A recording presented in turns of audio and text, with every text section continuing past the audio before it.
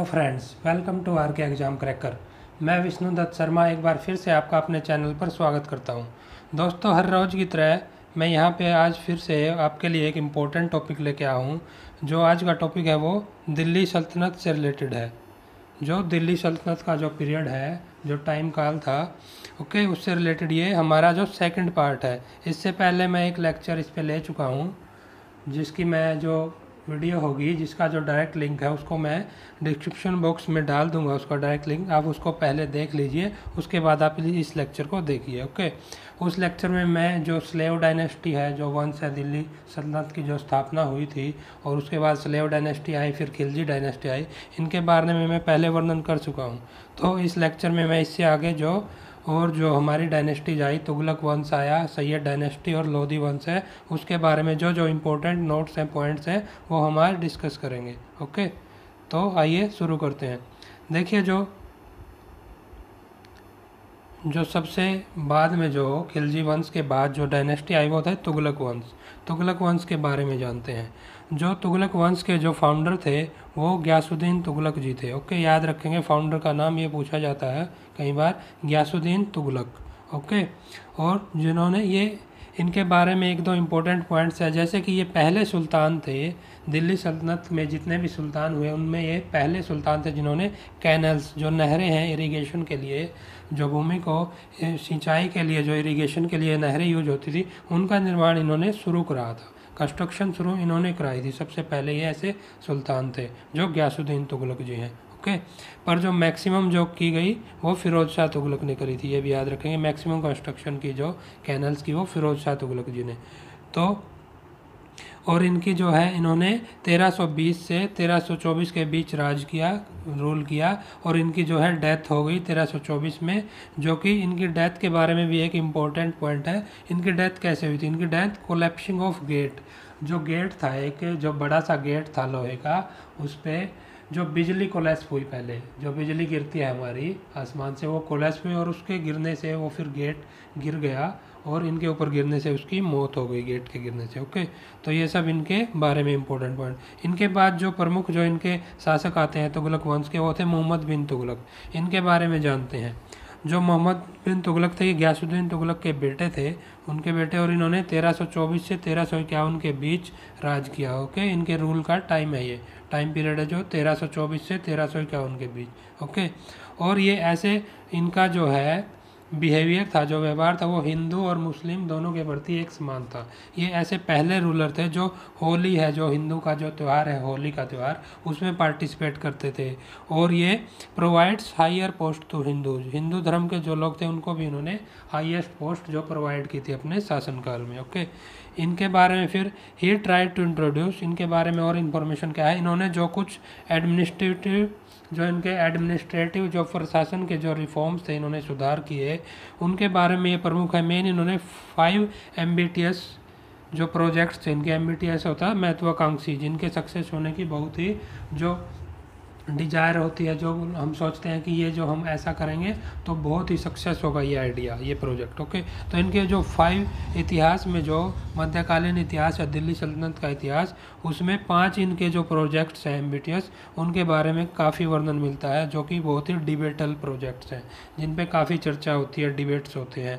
उनके बारे में हम डिस्कस करते हैं वन बाय वन, एक एक जो इनको एक एक जो इन्होंने सुधार करने की कोशिश की और वो असफल हुए, उनके बारे में वर्णन करते हैं। सबसे पहला जो इनका सुधार था मोहम्मद बिन तुगलक का, जिनको शॉर्ट फॉर्म में एमबीटी के नाम से बोला जाता है, वो था टैक्सेशन इन दोब। दोब होता है जो नदियों के बीच का जो मैदानी भाग होता है, उसको दोब बोलते हैं। उसमें जो टैक्सेशन का इन्होंने सिस्टम लागू किया, उसके बारे में जानते हैं।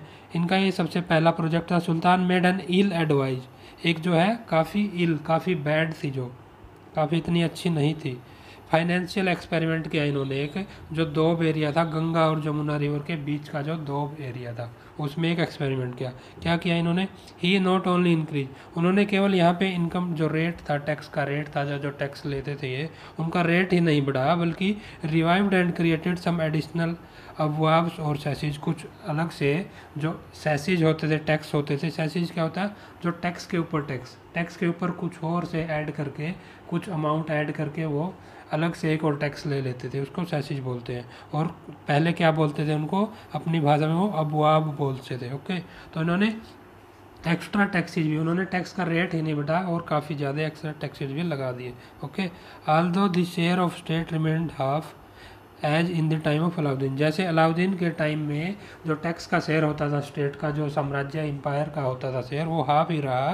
पर यहाँ पे क्या हुआ, जो उसका बेस था, टैक्स का बेस था, प्रोडक्शन पे जैसे लगाते थे पहले, उसका बेस फिक्स नहीं था। वो मतलब मनमाने ढंग से टैक्स लगाए गए, इंक्रीज किया गया काफ़ी rate.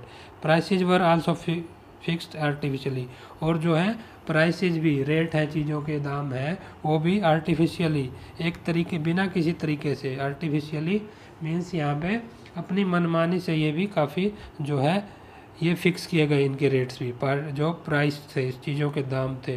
Converting the production to money, जो प्रोडक्शन करते थे, चीज़ जो प्रोडक्शन की वस्तुएं होती थी उन पे मतलब उनके प्राइस फिक्स नहीं थे, ये मनी में कन्वर्ट करने के लिए इसको ऐसे मनमानी के दाम लगाए जाते थे। It is said that the increase was 24, और ऐसा बताया जाता कि जो है इन्होंने इंक्रीज कर दिया 20 गुना, लगभग 20 टाइम्स, जो ज़्यादा बहुत काफ़ी अधिक हो जाता है ये अमाउंट, ये इतने इंक्रीज कर दिए थे इन्होंने। और इसके अलावा कुछ टैक्सेस थे, घड़ी के नाम से था जिसको हाउस टैक्स बोलते थे, चराही के नाम से था चराही, पास्चर टैक्स था ये, ऐसे ऐसे टैक्स भी इन्होंने इंट्रोड्यूस किए। एक न्यू डिपार्टमेंट, पर जो इन्होंने टैक्स इंट्रोड्यूस किए उस टाइम पे क्या हुआ, इन्होंने टैक्स तो इंट्रोड्यूस कर दिए, पर जो ड्रॉट आ गए, सूखा पड़ गया उस टाइम पे, और फेमाइंस आ गए, अकाल वगैरह आ गए, तो उस टाइम पे लोग इनको सहन नहीं कर पाए, इनके टैक्स रेट्स को, और ये इनको मतलब जनता में रोष पैदा हुआ और इनकी जो है ये स्कीम जो है फेल हो गई। उन्होंने एक और न्यू डिपार्टमेंट ऑफ एग्रीकल्चर जो दीवान कोही के नाम से इस्टेब्लिश किया, मेनली किस काम के लिए, ये मेनली जो था इनको दीवान कोही, जो एग्रीकल्चर से रिलेटेड जो भी रिवेन्यू था, जो भी डिपार्टमेंट था, कल्टीवेशन करते थे लोग, उससे रिलेटेड जो भी काम थे वो इसमें दीवान कोही एक डिपार्टमेंट के तहत इनके अंडर में कर दिए गए। ओके, जो नेक्स्ट देखते हैं उनका जो सेकंड जो इनको प्रोजेक्ट था, ट्रांसफ़र ऑफ कैपिटल। इन्होंने जो इनकी कैपिटल थी पहले देवगिरी में थी, ओके, दिल्ली में थी, दिल्ली में थी इनकी, तो इन्होंने कैपिटल अपनी ट्रांसफ़र की देवगिरी में। ओके, देवगिरी कहाँ पे, ये महाराष्ट्र में पड़ता है, याद रखेंगे। ओके, तो Devagiri had been a base for the expansion, और देवगिरी जो है वो तुर्किश रूल था, जो साउथ इंडिया में जो तुर्की के लोग थे जिन्होंने अपना शासन जो वहाँ पे एस्टेब्लिश किया था, उनका बेस था ये एक, और वहाँ पे इन्होंने अपनी कैपिटल चेंज करने की सोची। ओके, जैसे इन्होंने जो अपनी एक्सेशन किया, अपना जो ये राजगद्दी पे बैठे, इन्होंने ये काम कर दिया दिल्ली से देवगिरी में। सुल्तान वांटेड, ये क्या चाहते थे कि देवगिरी को दूसरी कैपिटल, एक सेकंड कैपिटल बनाना, जिससे कि ये साउथ इंडिया पे अच्छी तरह से कंट्रोल कर सके। ओके, पर और इन्होंने देवगिरी का एक और नाम याद रखेंगे, देवगिरी का नाम चेंज करके दौलताबाद भी इन्होंने ही रखा था। ओके, पर कुछ ईयर्स के बाद क्या हुआ, मोहम्मद बिन तुगलक ने जो दौलताबाद में जो इन्होंने देवगिरी में अपनी कैपिटल स्थापित की सेकंड, उसको जो है इस निर्णय को अपने को त्याग दिया या छोड़ दिया, उसको एबेंडोन दौलताबाद को छोड़ दिया। क्यों, क्या रीज़न रहा इसके पीछे, क्या रहा कि इन्होंने सोचा जैसे कि ये दिल्ली से उधर साउथ के एरिया को कंट्रोल नहीं कर सकता है, ऐसे ही अगर ये वहाँ दौलताबाद में कंट्रोल स्थापित करता है तो फिर दिल्ली का एरिया जो है वो कंट्रोल नहीं कर सकता, जो नॉर्थ का एरिया है, दिल्ली का एरिया है, वो कंट्रोल नहीं कर सकता। तो इसलिए इन्होंने दौलताबाद को फिर से दिल्ली में अपनी कैपिटल स्थापित की। तो ये डिसीजन भी इनका जो सक्सेसफुल नहीं रहा। फिर नेक्स्ट था थर्ड, जो इंट्रोडक्शन ऑफ टोकन करेंसी। इन्होंने एक करेंसी स्थापित की, ब्रॉन्ज के कॉइन्स इन्होंने शुरू किए। ओके, जो पहले सिल्वर कॉइन्स थे उनकी जगह पे ब्रॉन्ज के कॉइन शुरू किए करेंसी के रूप में। ही माइट हैव सक्सेसफुल, इस काम में ये सक्सेसफुल हो जाते अगर लोग ये he could prevent the people, अगर ये लोगों ने जो कॉइन्स हैं, जो करेंसी है, उसकी जालसाजी करने लगे, फॉर्जिंग करने लगे, मतलब नकली करेंसी बनाने लगे लोग, अगर उनको ये रोक देते तो सफल हो जाते, पर ये रोक नहीं पाए उनको, और ये जल्द ही इनकी जो करेंसी, इन्होंने जो ब्रॉन्ज के कॉइन्स बनाए थे, ये करेंसी की वैल्यू बहुत ही कम हो गई, मार्केट में वैल्यू डिवैल्यू हो गई ये कॉइन्स। ओके, तो फाइनली उन्होंने ये भी डिसीजन अपना जो है वापस ले लिया, उन्होंने विड्रॉ कर ली टोकन करेंसी जो शुरू की थी, और वापस फिर से सिल्वर्स की करेंसी स्टार्ट कर दिया। ओके, तो ये भी इनका डिसीजन अच्छा नहीं रहा। फिर नेक्स्ट है खुरासन एक्सपेडिशन। खुरासन है ईरान के आसपास का एरिया, वहाँ पे इन्होंने अपना अभियान चलाया, वहाँ पे एरिया को कंट्रोल करने के लिए अपना अभियान चलाया। सुल्तान है डिवीजन ऑफ, तो इनका विजन था यूनिवर्सल कन्क्वेस्ट, काफ़ी ज़्यादा एरिया पे, पूरे विश्व पे जो, या फिर काफ़ी जो बहुत ज़्यादा एरिया था उस पर अपना राज करना, विजय पाना। ये डिसाइडेड उन्होंने, इसलिए खुरासन है ईरान के आसपास और इराक का जो एरिया है वहाँ पे अपनी आर्मी भेजी। ओके, और ये जो इनक्रेज किए गए इस काम के लिए, जो खुरासन एरिया पे इन्होंने विजय पाने का काम है, ये इनकी कोर्ट में कुछ वहाँ के खुरासन के नोबल्स थे, जो नोबल्स जो यहाँ पे इन्होंने शरण ले रखी थी, उन्होंने इनको इनक्रेज किया कि वहाँ के एरिया पे भी आप अपना शासन स्थापित करो। तो पर वहाँ पे इंस्टेबिलिटी भी थी, अबू सईद का जो रूल था वहाँ पे खुरासन एरिया में, उनके कारण लोगों में भी इंस्टेबिलिटी थी। पर यह भी उनका जो है, ये इंस्टेबिलिटी वहाँ पे लोगों में इनके प्रति रोष पैदा हो गया वहाँ पर भी, और ये इस कार्य में भी सफल नहीं हो पाए। नेक्स्ट था खर्चिल एक्सपेडिशन। खर्चिल है हमारा चाइना के आसपास का, चाइनीज़ का जो एरिया है, रीजन है, जो चाइनीन सब कॉन्टिनेंट का रीजन है, वहाँ का खर्चिल एरिया है। वहाँ पे इन्होंने अपनी सेना भेजी, वहाँ पे भी इन्होंने अपना जो है शासन स्थापित करने की सोची। वहाँ पे क्या है, लॉन्च्ड इन, इसमें क्या है जो खर्चिल एक्सपेडिशन है, ये इन्होंने लॉन्च की कुमाऊं हिल्स है जो हिमालय में चाइना साइड का एरिया, उसमें अपने इनकर्जन्स जो चाइनीज घुसपैठ करते थे चाइनी लोग वहाँ पे, उस एरिया पे, इसलिए इन्होंने जो उनकी घुसपैठ के बदले में इन्होंने वहाँ पे हमला कर दिया, अपनी सेना भेजी। It also appeared that expedition was directed against some, या फिर और ऐसा भी लगा जो वहाँ पे कुछ रिफ्रैक्टरी होता है, हठीले जिद्दी होते हैं जो कुछ ट्राइब्स थे कुमाऊं गढ़वाल एरिया में, उनके खिलाफ भी ये एक्सपेडिशन था, मेनली ऐसा भी लगता था। Okay, with the object of bringing them under Delhi सल्तनत, उस एरिया को दिल्ली सल्तनत के अंदर में ये शामिल करना चाहते थे। Okay, next the first attack हुआ सक्सेसफुल। शुरू में तो ये सक्सेसफुल हुए, पर जैसे जैसे एक रेनी सीजन आने लगा, सर्दियाँ आने लगी और रेनी सीजन आने लगा बारिश का, तो जो इनके सैनिक थे, इन्वेडर्स थे, जिन्होंने हमला किया वहाँ पे, जो अभियान के तहत इनकी सेना थी, उन्होंने वो है सफ़र ट्रेवली बुरी तरह से, वो मौसम की वजह से काफ़ी, जो इन्होंने काफ़ी कष्ट सहे वहाँ पे बहुत सारे कष्ट सहे इन्होंने फिजिकली भी, और इसलिए वो सेना जो है ये इसको एक्सपेडिशन को जो है सक्सेसफुल करने में वो है समर्थ नहीं हो पाई। ओके, उन्होंने जवाब दे दिया कि हम युद्ध नहीं लड़ेंगे, सेना ने प्रोटेस्ट करने लगी। तो इस वजह से इनके जो है ये जो करचिल का एक्सपेडिशन था ये भी सफल नहीं हुआ। His first projects led to revolts, उन्होंने शुरू में जो प्रोजेक्ट्स शुरू किए वो रिवोल्ट्स, उनसे विद्रोह पैदा हो गए उनके साम्राज्य में। हिज लास्ट डेज में क्या किया उन्होंने, लास्ट के डेज में तो उन्होंने जो थट्टा में सिंध का एरिया है वहाँ पे काफ़ी ज़्यादा रिवोल्ट हुए इकट्ठे, जो है 36 से ज़्यादा इनके टोटल जो शासनकाल है उनमें 36 बार लगभग लगातार ये रिवोल्ट्स हुए, ऐसा माना जाता है, ये बताया जाता है इतिहास में।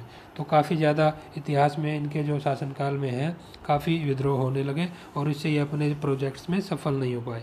तो ये इनके बारे में जानकारी है, जो ये मतलब इन्होंने जो 5 जो एम्बिटियस प्रोजेक्ट शुरू किए। ओके, फिर इनकी 1351 के आसपास जो है इनकी मृत्यु हो जाती है नियर थट्टा सिंध, जो थट्टा का एरिया है सिंध के आसपास, वहाँ पे इनकी मृत्यु हो जाती है। नेक्स्ट जो रूलर आते हैं वो देखते हैं, वो थे फिरोज शाह तुगलक। जो इनसे मोहम्मद बिन तुगलक के बाद जो आते हैं वो फिरोज शाह तुगलक।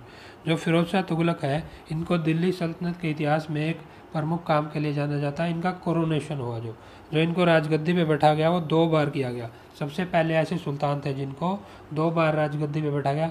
सबसे पहले तो इनका थट्टा सिंध, थट्टा में जो ये उनके एम्बिटी के बेटे थे, तो वहाँ पे पहले इनका थट्टा सिंध में किया गया कोरोनेशन, उसके बाद दूसरी बार इनका दिल्ली में किया गया, याद रखेंगे ये बात हम। ओके, तो फिरोज शाह तुगलक जी के बारे में जानते हैं। इनका शासनकाल रहा 1351 से 1388।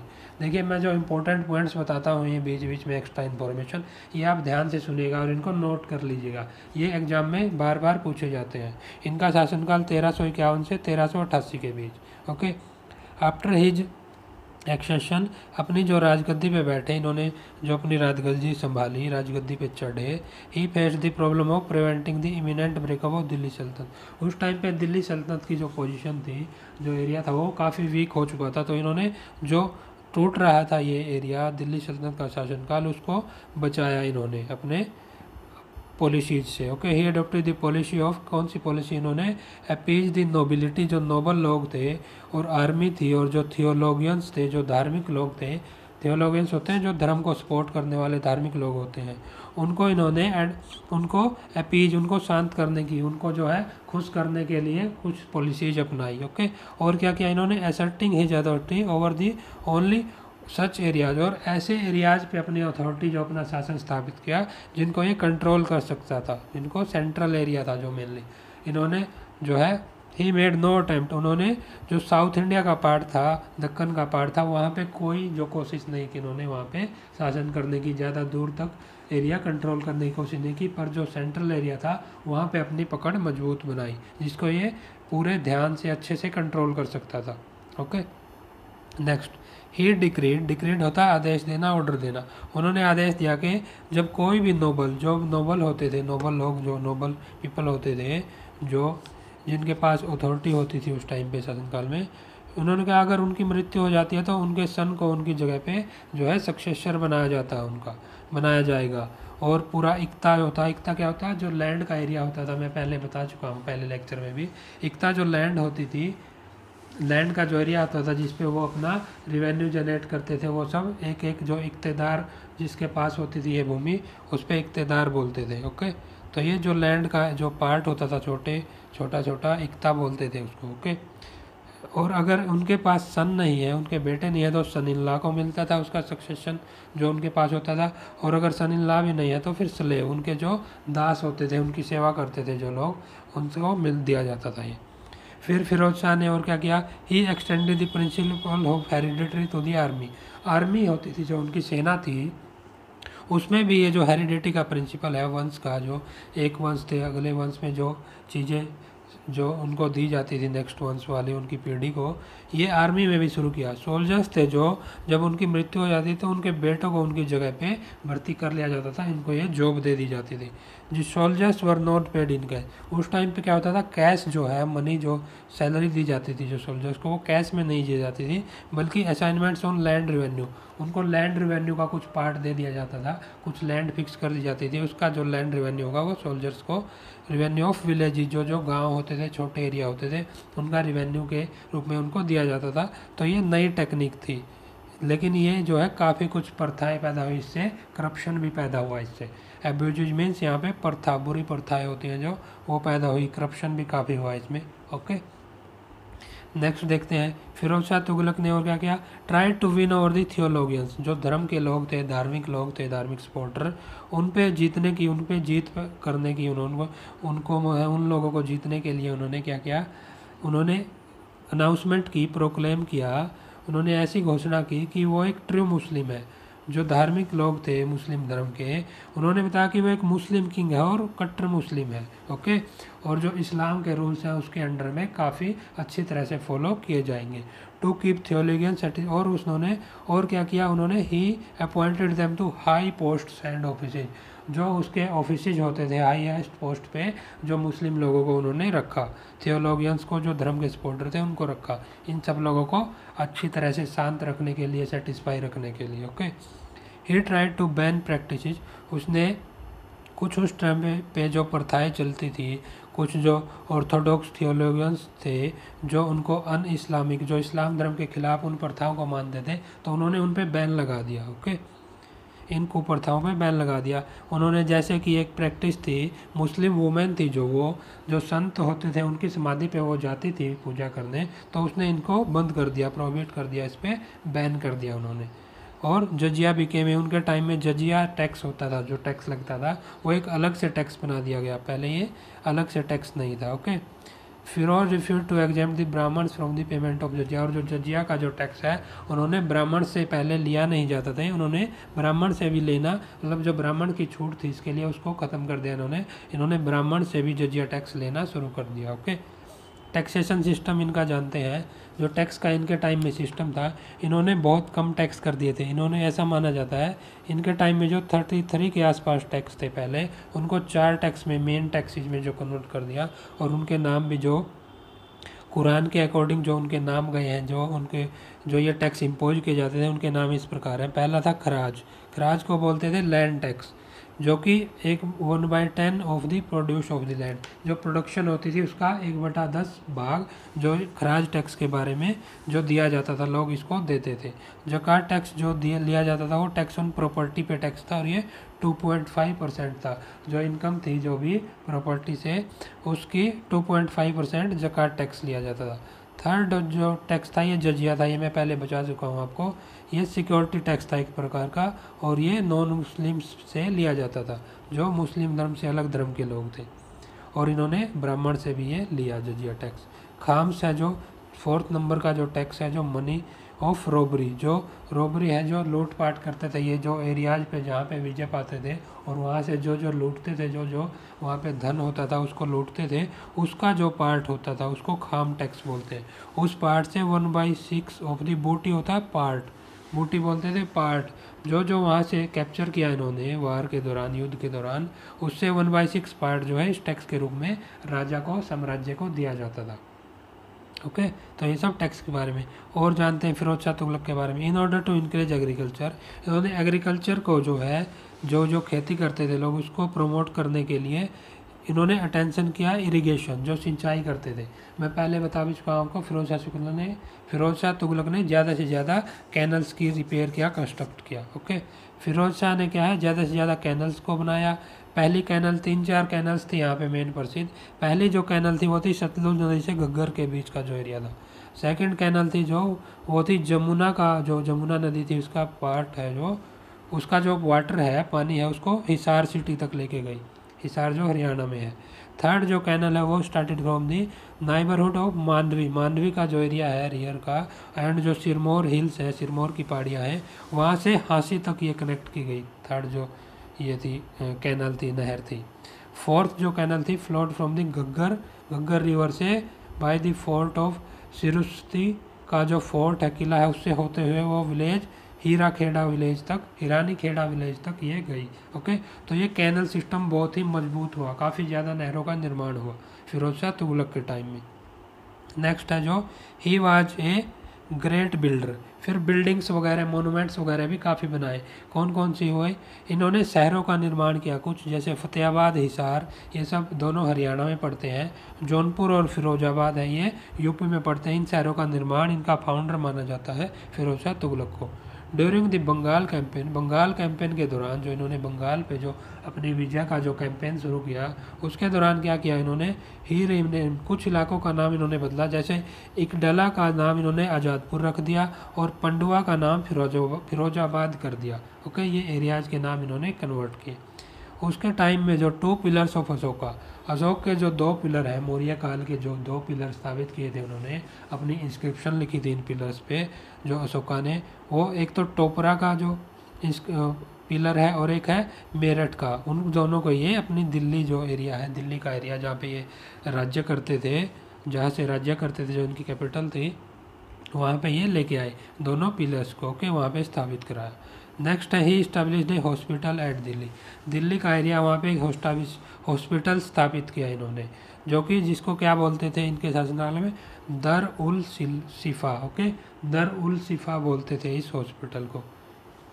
Next a new department of Diwan e Khairat के नाम से एक नया डिपार्टमेंट स्थापित किया इन्होंने, जो कि क्या काम था जिसका, to make provision for the marriage of poor girls, जो गरीब लड़कियां होती थी उनकी शादी के लिए ये प्रोविजंस रूल स्थापित करता था ये डिपार्टमेंट, दीवान ए खैरात। जो ये डिपार्टमेंट्स हैं इनके नाम डायरेक्टली एग्जाम में पूछ लिए जाते हैं, इसलिए आप याद रखेंगे इनको। Another economic political step was, एक और इकोनॉमिक और जो पॉलिटिकल दोनों तरह से जो स्टेप लिया इन्होंने, क्या था, डिपार्टमेंट ऑफ स्लेव स्थापित किया। जो दास लोग थे उनका जो डिपार्टमेंट अलग से स्थापित किया इन्होंने, जिसका नाम था दीवान ए बंदागन। याद रखेंगे दीवान ए बंदागन फॉर स्लेव्स। ओके तो यहाँ पे सब जो फिरोज शाह तुगलक की उपलब्धियाँ, ये यहाँ पे इनका वर्णन जो है समाप्त होता है। तो ये सब हमने तुगलक वंश का इंपॉर्टेंट इन्फॉर्मेशन देख ली। तुगलक के बाद एक जो वंश आता है वो था सैयद डायनेस्टी, सैयद वंश। ओके याद रखेंगे, इसके बारे में ज़्यादा इंपॉर्टेंट जो exam of point of view से, जो एग्ज़ाम के व्यू से ये ज़्यादा इंपॉर्टेंट नहीं है, इसलिए इसमें जो 2-3 बातें हैं वो याद रखेंगे बस। हम इसमें काफ़ी कुछ कवर नहीं करेंगे हम। सैयद डायनेस्टी जो है वो कैसे स्थापित हुई, इसकी स्थापना जो है 1414 के आसपास स्थापित हुई, और ये पंजाब के गवर्नर थे खिजर खान, याद रखेंगे नाम, founder of Sayyid dynasty Khizr Khan, जो पंजाब के गवर्नर थे उन्होंने सैयद डायनेस्टी स्थापित की। ओके, खिजर खान याद रखेंगे। और इन्होंने 1414 से 21 के बीच इन्होंने शासन किया। 1400। और जो लास्ट रूलर थे इनके, एक लास्ट रूलर का भी नाम याद रखेंगे, सैयद डायनेस्टी के लास्ट रूलर का नाम अलाउद्दीन आलम शाह, जिन्होंने 1443 से 1451 के बीच अपना साम्राज्य किया। ओके, नेक्स्ट अब जानते हैं जो इनके बाद सैयद के बाद जो डायनेस्टी आती है वो थी लोधी डायनेस्टी। लोधी वंश की स्थापना, ये भी काफ़ी महत्वपूर्ण स्थापित वो डायनेस्टी वंश है और दिल्ली सल्तनत का आखिरी वंश है लोधी वंश। ओके, जो लोधी वंश की स्थापना की गई वो इनके फाउंडर के बारे में जानते हैं। लोधी वंश के फाउंडर थे बहलोल लोधी, जो 1451 से 1400 जो 89 का जो पीरियड है उसके बीच इन्होंने शासन किया। ओके, और लोधी गार्डन का जो है दिल्ली में, जो लोधी गार्डन है वो इन्होंने ही स्थापित किया, ये बहलोल लोधी ने स्थापित किया, कंस्ट्रक्शन की उसकी। और इन्होंने बहलोल टाइप के कॉइन्स स्थापित किए, करेंसी में जो बहलोल कॉइन्स थे जो गोल्ड के कॉइन होते थे उनकी शुरुआत की इन्होंने। और ये एक जो बहलोल लोधी के बारे में एक और इम्पोर्टेंट पॉइंट है, जो फाउंडर थे लोधी डायनेस्टी के, कि वो किसी को भी अपना जो इक्वल स्टेटस देते थे सबको, इक्वल स्टेटस देते थे सब लोगों को, वो किसी को अपना बॉडीगार्ड या अपनी जो है सेवा में नहीं रखते थे। ओके, नेक्स्ट जो इनके लोधी वंश के इम्पोर्टेंट शासक हुए वो थे सिकंदर लोधी, बहलोल लोधी के जो बेटे थे सिकंदर लोधी। ओके, सिकंदर लोधी काफ़ी फेमस हुए, उनके बारे में जानते हैं। सिकंदर लोधी है जो उन्होंने शासनकाल किया 1489 1489 से 1517 तक, 1517 तक। ओके, सिकंदर लोधी कन्क्वायर्ड, इन्होंने अपना शासन स्थापित होते ही बिहार और तिरहुत जो बिहार के आसपास का एरिया है उसको अपना जो है वहाँ पे विजय पाई। ही ट्रांसफर्ड, अपनी कैपिटल उन्होंने दिल्ली से आगरा में स्थापित की। दिल्ली से कैपिटल सिकंदर लोधी ने आगरा में, और आगरा का फाउंडर भी आगरा सिटी है जो स्थापित किया गया वो ये इन्होंने सिकंदर लोधी ने ही स्थापित किया उसको। तो उनका फाउंडर जो आगरा सिटी का माना जाता है वो सिकंदर लोधी थे। ही वाज ए फैनाटिकल मुस्लिम, वो एक कट्टर मुस्लिम थे, मुस्लिम धर्म के कट्टर फॉलोवर थे। उन्होंने जो है हिंदू धर्म के जो मंदिर थे, नागरकोट का मंदिर है वहाँ पे ज्वालामुखी माता की जो मूर्तियाँ थी उनको उन्होंने तोड़ दिया, ऐसा माना जाता है, ऐसा बताया जाता है। और उन्होंने order the temples of Mathura to be destroyed, और मथुरा में कुछ टेम्पल्स थे जो हिंदू धर्म के, उनको भी इन्होंने जो ऑर्डर दिया इनको डिस्ट्रॉय करने का। Okay, he took A keen interest in the development of agriculture, agriculture है जो खेती की डेवलपमेंट में उन्होंने काफ़ी इंटरेस्ट लिया, बहुत ही ज़बरदस्त उत्सुक थे वे इसमें, खेती के एग्रीकल्चर के फील्ड में। ही इंट्रोड्यूस्ड, उन्होंने एक जो है मेजरमेंट की यूनिट स्थापित की, मेजरमेंट की जो यूनिट थी गज ए सिकंदरी के नाम से, सिकंदर यार्ड्स बोलते हैं इसको, 32 डिजिट्स की यही यूनिट थी जो कि खेती की जाती थी जहाँ पे फील्ड्स को उनको नापने के लिए सिकंदर यार्ड्स यूनिट यूज की जाती थी। और एक दो पॉइंट है इनके बारे में, इन्होंने जो सिकंदर लोधी ने ये इन्होंने जो शीतला माता के रूप में हम पूछते हैं, जिनको हम जो चिकन पॉक्स बीमारी है उसकी माता मानते हैं, उनके मतलब नाराज़ होने से ये बीमारी होती है और उनको फिर मनाना पड़ता है, उनकी पूजा करते हैं, उससे चिकन पॉक्स ठीक होता है। तो उन्होंने उनकी पूजा पे बैन लगा दिया, याद रखेंगे, शीतला माता की पूजा पे बैन सिकंदर लोधी ने लगाया। और सिकंदर लोधी के बारे में एक और पॉइंट, वो पोइट्री भी करते थे, एक अच्छे पोएट थे, और वो एक टाइटल था, उनका नाम था, एक निकनेम था गुलरुखी, याद रखेंगे, गुलरुखी, RUKHI, गुलरुखी के नाम से एक टाइटल उपनाम था ये, इस नाम से ये पोइट्री करते थे। तो ये सब जानकारी सिकंदर लोधी जी के बारे में। नेक्स्ट जो इनके हुए फेमस राजा वो इब्राहिम लोधी। सिकंदर लोधी के बाद आते हैं इब्राहिम लोधी, इनका शासनकाल रहा 1517 से 1526 के बीच, और ये दिल्ली सल्तनत के आखिरी सुल्तान थे, 1526 तक आखिरी सुल्तान थे, सबसे लास्ट रूलर। और ये ऐसे रूलर थे, पहले रूलर थे जो बैटलफील्ड में मारे गए, जिनकी मृत्यु, इब्राहिम लोधी की मृत्यु जो युद्ध में लड़ते हुए हुई। ओके, तो जानते हैं इनके बारे में। इनके टाइम में क्या होता था, Afghan nobility was brave and freedom loving, जो अफगान के रूलर्स थे वो बहुत ही काफ़ी जो ब्रेव थे, काफ़ी वीरता पूर्वक थे, वीर थे, और वो फ्रीडम को जो है अपनी स्वतंत्रता को प्रमुखता देते थे। तो इन्होंने अपने जो इनके फेसिपेरस और इंडिविजुअलिस्टिक जो इनके कुछ जो इनके मतलब गुण थे, जिसमें ये अपनी पृथकतावादी, फेसिपेरस क्या होता है, पृथकतावादी, एक अलगाववादी धारणा, और जो है ये इंडिविजुअलिस्टिक भी थे, अपने आप पे जो विश्वास रखते थे, एक इंडिविजुअल आदमी पे। ओके, इनकी ये टेंडेंसी थी, इसकी वजह से इन्होंने जो है अफगान जो राजा थे उनका रूल था उसको यह वीक किया, उन्होंने कमज़ोर कर दिया। ओके, इब्राहिम लोदी असोसिएशन, इन्होंने किस बात पर जोर दिया ज़्यादा से ज़्यादा? एब्सोल्यूट पावर ऑफ सुल्तान, सुल्तान की जो सबसे ज़्यादा पावर होती है साम्राज्य में उस पर जो इन्होंने जोर दिया। और इसी की वजह से कुछ नोबल्स लोग थे, जो अफगान के जो धार्मिक लोग थे, नोबल लोग, वो इसके खिलाफ हो गए। ओके, एट लास्ट में क्या किया इन्होंने, जो लास्ट में जब 1526 के आसपास का समय आया तो गवर्नर ऑफ पंजाब के गवर्नर थे उस टाइम पे, ये थे दौलत खान लोधी। पंजाब के गवर्नर का याद रखेंगे, दौलत खान लोधी। ओके, इन्होंने बाबर जो एक काफ़ी फेमस मुग़ल रूलर है, उनको इनवाइट किया। इनका जो है इब्राहिम लोदी का जो शासनकाल है, ओवरथ्रो मीन्स उसको उखाड़ फेंकने के लिए। ओके, बाबर ने इनका ऑफर एक्सेप्ट किया और उन्होंने इन पे हमला कर दिया इब्राहिम लोदी पे। 1526 के आसपास ये युद्ध हुआ, फर्स्ट बैटल ऑफ पानीपत। ये बहुत ही प्रमुख, इतिहास में प्रमुख युद्ध के नाम से जाना जाता है, फर्स्ट बैटल ऑफ पानीपत, जो 1526 में होगा। ओके, इसको याद रखेंगे हम। और इन्होंने इनको हरा दिया, इब्राहिम लोदी को हरा दिया गया, उनकी मृत्यु हो गई, मार दिया गया, और दिल्ली सल्तनत का जो राज्य था वो यहाँ पे ख़त्म होता है।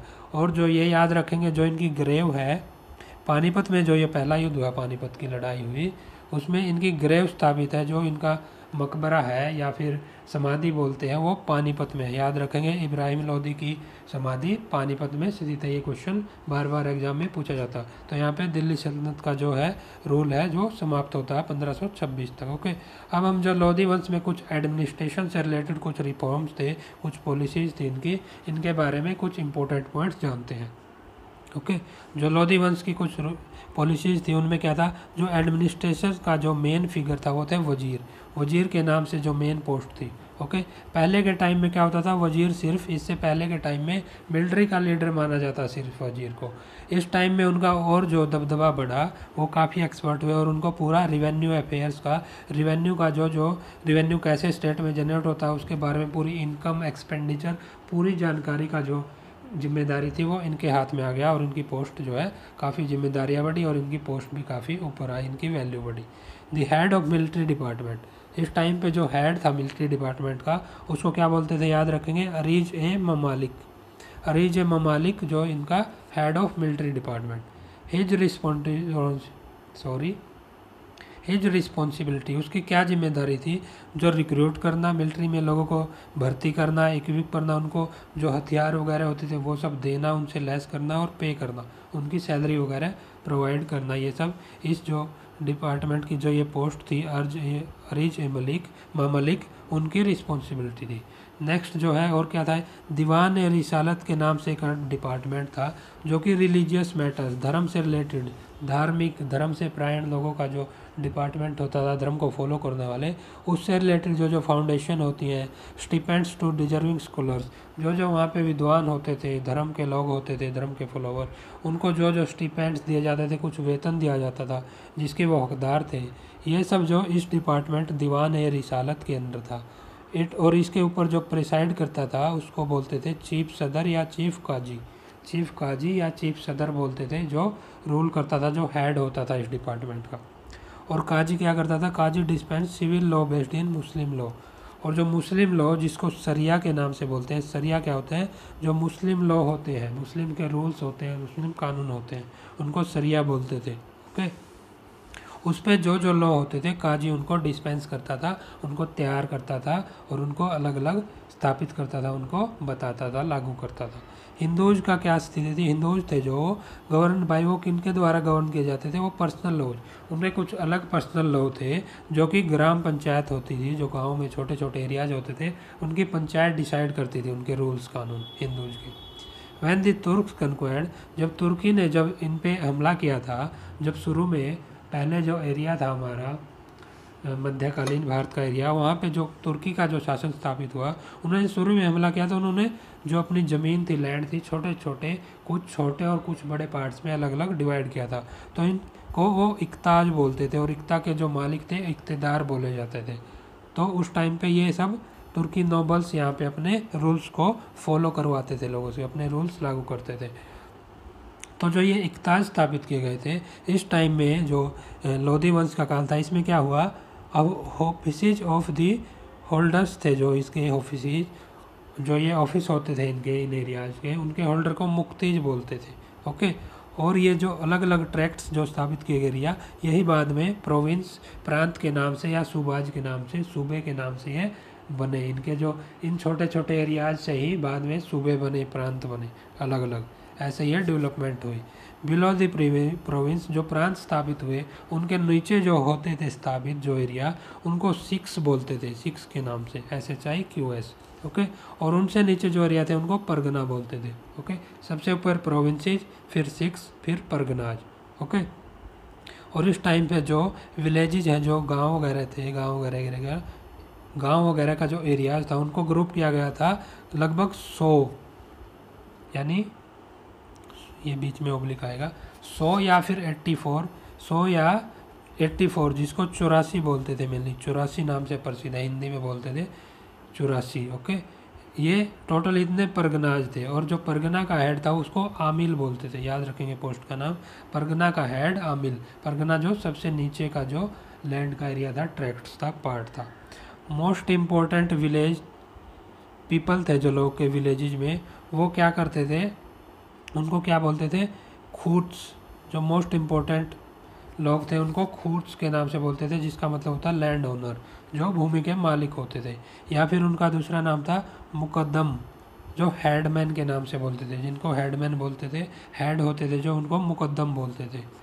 We also hear the village account called patwari, और उस टाइम पे कुछ जो विलेज के अकाउंट का जो लेखा जोखा करते थे, अकाउंटेंट होते थे विलेज के, उनको पटवारी नाम से भी बोलते थे, ऐसा भी कहीं कहीं इतिहास में सुनने में आया है। ओके, तो ये सब जो रिफॉर्म्स के बारे में है लोधी वंश के, तो यहाँ पे जो हमारा लोधी वंश के बारे में पूरी जानकारी समाप्त होती है। और यहीं पे हमारी जो दिल्ली सल्तनत के बारे में है, जो जो हमने इम्पोर्टेंट पॉइंट जो जो एग्ज़ाम में पूछे जाते हैं बार बार, और ये आगे भी पूछे जाएंगे, उनके बारे में हमने इन्फॉर्मेशन जो है वो देख ली, कंप्लीट इन्फॉर्मेशन। तो यहाँ पे ये वीडियो लेक्चर जो दिल्ली सल्तनत के बारे में, जो हमने 2 पार्ट्स में, इससे पहले एक और लेक्चर लिया है, तो कंप्लीट इन्फॉर्मेशन 2 पार्ट्स में कंप्लीट होती है। तो यहाँ पे ये हम लेक्चर अब समाप्त करते हैं। Thanks for watching this video. इस वीडियो को देखने के लिए आपका बहुत बहुत धन्यवाद है। और आप फॉर मोर वीडियोज, ऐसे ही ज़्यादा से ज़्यादा वीडियोज़ के लिए आप हमारे चैनल को फॉलो करें, वीडियोज़ हैं जो उनको लाइक करें, ज़्यादा से ज़्यादा लोगों के बीच शेयर करें, और चैनल को सब्सक्राइब करें ज़्यादा से ज़्यादा। ओके, और जो बेल आइकन बना है चैनल पे सब्सक्राइब बटन के साथ ही, उसको प्रेस कर लें, जिससे आप उनके जो हमारी जो जो वीडियो आती रहेंगी नई, उनके बारे में आपको जानकारी मिलती रहेंगी। तो आइए इस वीडियो को समाप्त करते हैं, और मिलते हैं नेक्स्ट वीडियो में एक अच्छे से टॉपिक के साथ जो ओके। तो thank you for watching this, and thanks.